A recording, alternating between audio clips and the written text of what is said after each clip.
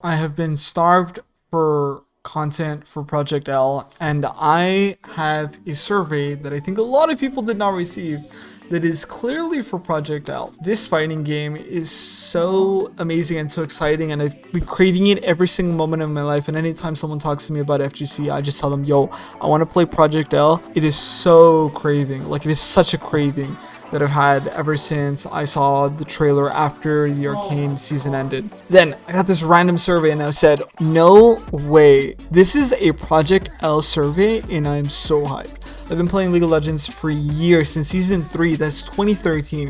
It is the year 2022. The survey contained that was asking me certain characteristics about certain characters and asking me what about those characters is very memorable. I think what's very difficult when it comes to developing a character in a game or transferring them from one game to another is making sure that these characters keep their integrity and their character design to the level that are very, very recognizable, and it's also a part of who they are. There was pictures of a lot of these characters asking me what is the most memorable part of these characters, as well as like naming every single thing, and the survey was relatively long. It took me about like 25 minutes to complete, but what I really wanted to screenshot overall are the characters that they themselves are considering putting on the game. Ahri, Akali, Braum, Blitzcrank, Darius, and Echo. We see a lot of the questions here where it says, how would you describe your relationship with the champion below? It can be either from League of Legends, Wild Rift, or both of them. These characters are defined and have so many things that a lot of us remember them from, and a lot of people remember them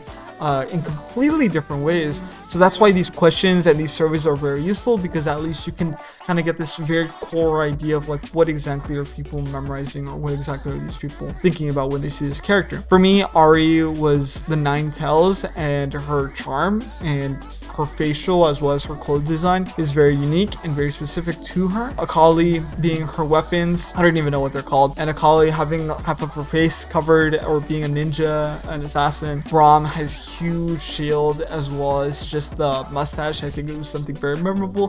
Blitzcrank, for sure, his hook, and the fact that he's a robot. Again, he's really big, and something that you're going to notice is that there's a lot of hook champions, and you're thinking, how am I going to incorporate hook champions into Project L? And if you've ever played other games, you will know that ranged characters are always put into fighting games. They're not the most fun experience to play against, but they are still very engaging, and hopefully Project L is able to show that to us. Darius, another character with a pull. Echo was something we've already seen from the post-Arcane. On the next list, which we had Ezreal, which is a ranged fighter, so that one's a little bit more complicated, because how are you going to put a ranged character or someone that's very ranged heavy from the League of Legends game into a fighting game that is a lot more hand-to-hand combat? And I assume that there's going to be a lot of projectiles coming out from Ezreal. Illaoi, we saw something from Illaoi. Pre-Evo post, the one that was mentioned that Project L would be free to play. We had Jinx, we've already seen Jinx. Katarina is really, like I said, something we've already seen. Karma, another ranged character who doesn't really have a lot of melee abilities or melee hits on her kit. So another one that's incredibly curious. Kindred, which I thought her biggest appeal and the most memorable thing of Kindred is that she's able to keep a lot of players alive, or that she's able to keep a certain situation. No one will die. I also think Kindred's design is very, very unique because she has a wolf, and I'm curious how you would be able to incorporate the wolf and the lamb at the same time. I think the fact that she's designed as a character to be the significance of death. Kindred in herself is the Reaper, but just designed in a completely new and different way to what would be the Reaper. I think in some folklores, the Kindred, it has been defined, but I didn't even know about Kindred until she came out in the game. And we also had Lux, another one where I think doesn't punch hard, right, but has a lot of spells and abilities.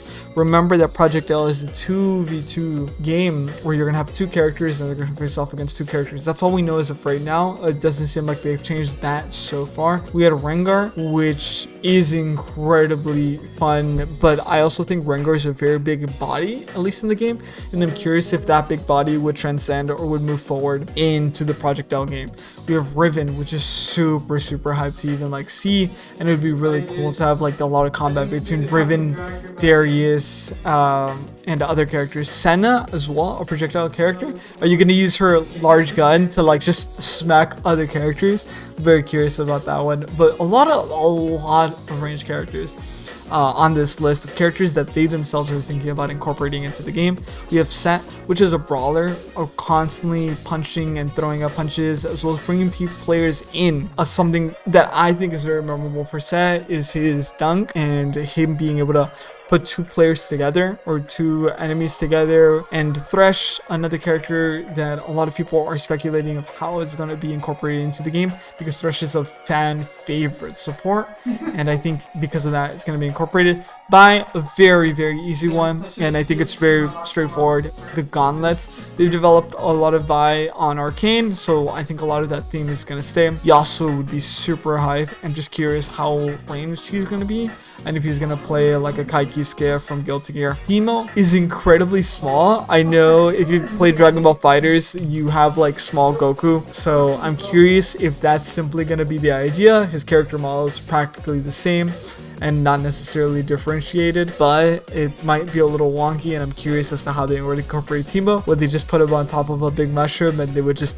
have him like super tall? Samir would be so cool, and kind of a really recent character to have released and to even be considered for Project L. Zed is easily one of the characters that I want to see. I think something that is very defined of Zed is his mask and his blades. Kind of like the Assassin's Creed blades on his arms are just really defined, as well as his red. The red color on Zed is very memorable, and that's something that I really want to see. But these are all the characters that were in that survey, and hopefully there's other things that we're able to find out about this game. I crave this game every moment of my life. There's no way we don't get anything new. Please release this game this year. I know you showed us Valorant, and within like a month you told us like, okay, play the game. So please, Riot, if you watch this, please give me the game already. I'll beta test it, please. Anyways, if you like this video, if you like the content that I'm providing, make sure to like and subscribe. If you have any comments as to what characters you yourself want to see in the game, leave a comment. And if there is a character you saw on this list that you hated, leave a comment too. Thank you for watching.